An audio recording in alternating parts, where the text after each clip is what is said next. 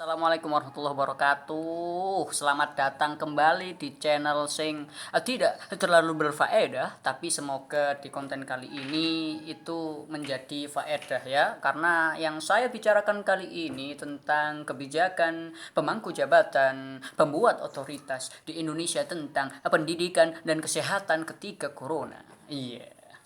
Dan semoga teman-teman bisa terhibur dan teredukasi di video kali ini karena saya sekarang bicaranya ndaki-ndaki ya. Ya ini nanti hashtagnya ndaki-ndaki, omongannya terlalu besar karena saya kecil. Begitu. Oke, langsung saja kita mulai. Begitu ya. Oke. Mantap. Yang pertama adalah kebijakannya menteri atau rektor di berbagai macam kampus, PTN atau PTKIN begitu. Oke bro, saya mau pinjem itu catatan tadi. Minta tolong. Anda tidak sibuk kan? Ya, saya mau menyontek dulu agar tidak salah omong. Oke, saya mau pinjam. Oke, terima kasih. Yang pertama itu tentang opsi dan wacana dari Mendikbud, di mana di postingannya Kampuspedia saat kapan ini, ya itulah ya, nanti dicari sendiri kapannya. Yang pertama adalah kementerian membuka opsi untuk memberi wewenang dan otoritas kepada perguruan untuk mengatur atau menyesuaikan UKT sesuai situasi dan kondisi masing-masing kampus. Jadi wacana yang akan disiapkan adalah penentuan besaran UKT akan diatur oleh peraturan rektor PTN atau direktur PTN, tidak lagi peraturan menteri katanya. Jadi ini agak gimana ya, kasihan begitu, bukan kasihan apa-apanya begitu ya, karena ini gini, harusnya kan yang memiliki otoritas untuk memberikan subsidi itu kan pemerintah, menteri pendidikan begitu kan harusnya. Tapi kalau misalnya diberikan kepada rektor ini, penghasilan rektor ini dari mana kalau misalnya tidak dari pemerintah begitu. Harusnya, ini harusnya loh ya, tapi kalau misalnya ada kata harusnya ini nggak harus, tapi harusnya pemerintah itu memberikan subsidi. Kenapa? Karena ketika rektor memotong yang namanya biaya UKT, maka dari mana penghasilan kampus, ya kan? Kalau misalnya dipotong berarti penghasilannya kan berkurang, apalagi ketika tidak ada subsidi, gitu. Iya kan? Bener kan? Kalau misalnya saya salah, kritik dan saran diterima, hujat-hujat juga boleh, karena saya baik hati dan tidak sombong walaupun suka mengkritik. Yeah. Oke, kita lanjut.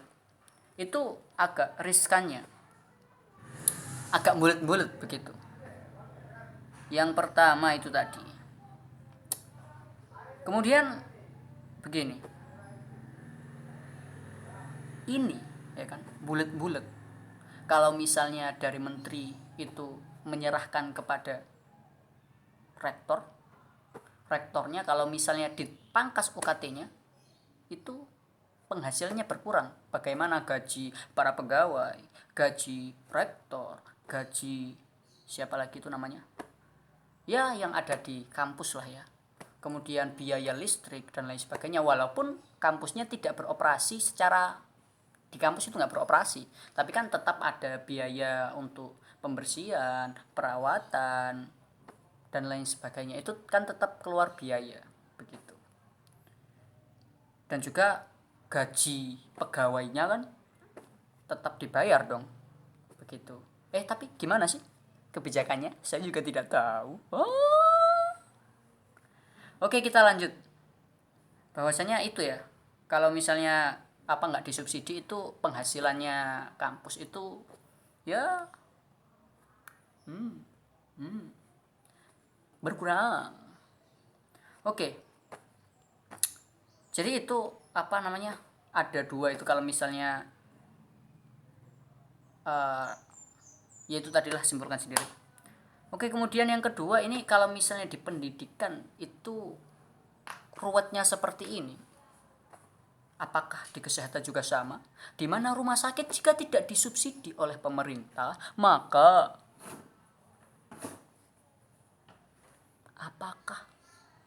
rumah sakit juga akan dilepas tangan oleh pemerintah, begitu. Kan kalau misalnya tidak ada subsidi untuk penanganan kesehatan ketika pandemik seperti ini, maka bukankah kasihan rumah sakitnya, gitu. Masyarakatnya ini masalahnya tidak bekerja loh, nggak bekerja. Banyak yang tidak bekerja atau dirumahkan, tidak sedikit yang di PHK, tidak sedikit juga yang dipotong gajinya 50% karena terdampak pandemik virus corona ini. Nah, kalau misalnya tidak disubsidi oleh pemerintah, ini mohon maaf ya para pemerintah, ini kan masyarakatnya bagaimana, begitu. Tapi saya juga berpikir bahwasanya dari mana pemerintah punya uang? Karena kebijakan bukan dong, penghasilan terbesar dari NKRI kita di 2020 ini itu paling besar dari pajak. Kalau tidak salah pajak rokok, iya. Begitu kan? Iya kan? Kritik saya kalau misalnya ada salah. Iya. Caci maki diterima. Oh iya. Tetapi tidak tahu. Iya. Pokoknya diterima dulu lah. Itu. Intinya begitu. Jadi agak riskan ya Indonesia kita 2020 ini. Ya. Apakah ini menandakan bahwasannya dari awal turunan pengadaan anggaran ini ruwet, begitu. Seperti yang dikatakan pejabat sebelum baru-baru ini, itu begitu. Apakah dari awal memang seruwet ini? Dan sekarang karena ketika pandemik virus corona ini sudah menyebar, menurunkan ekonomi, akhirnya terlihat bahwasanya UKT, biaya kesehatan itu dibebankan kepada rakyat. Seperti BPJS itu kan kembalinya kepada rakyat sendiri, rakyat yang membiayai rakyat sendiri. Jadi apa gunanya negara? Apakah saya makar? Tidak dong, saya cuma mempertanyakan loh. Apa gunanya negara, apa gunanya kita berpajak ini. Udah bayar pajak, motor dipajak, rumah dipajak, apa-apa dipajak, rokok dipajak. Rokok loh ini dipajak, YouTuber dipajak loh, ya Allah. Jadi gunanya kita membayar pajak itu bagaimana kalau misalnya tidak disubsidi oleh pemerintah, baik dari bidang kesehatan, pendidikan, dan lain sebagainya, dan berlepas tangan, begitu pemerintahnya. Pemerintah ini dong, dengarkan lo ya, dengarkan. Tapi kalau misalnya Anda mendengarkan berarti Anda kurang kerjaan.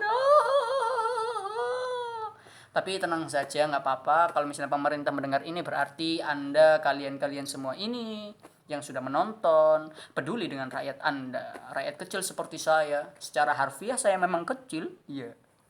Terima kasih banyak loh.